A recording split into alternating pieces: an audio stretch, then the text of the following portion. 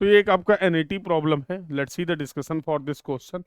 बोला two tower A and B standing vertically, two tower A and B standing vertically on a horizontal ground appears on a vertical photograph as shown in the figure.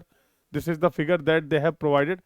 तो एक आपको tower A है, tower B है, दोनों horizontal ground पे vertical stand कर रहे हैं। The length of the image of the tower A on the photograph is 1.5 centimeter and the tower B is given as 2.0 centimeter.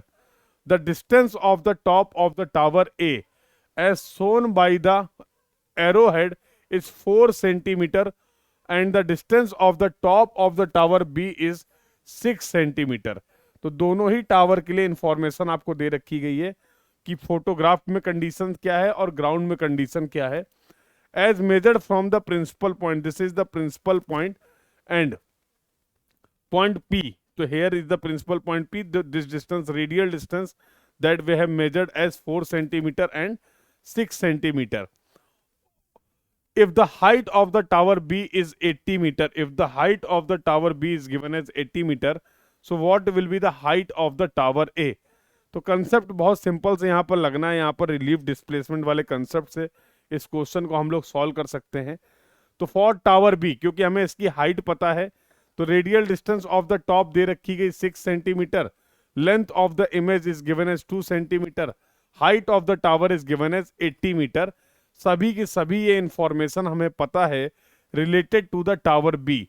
तो हमें यहाँ से flying height is going to be h minus h1। तो relieve displacement की help से मैं लिख सकता हूँ h minus h1 will be equal to R h2 by D.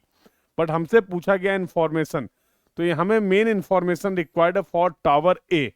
So what we can write, both are on the same plane, तो we can use the same concept, D will be equal to R h1 divide by h minus h1। और h minus h1 की value हम निकाल चुके हैं।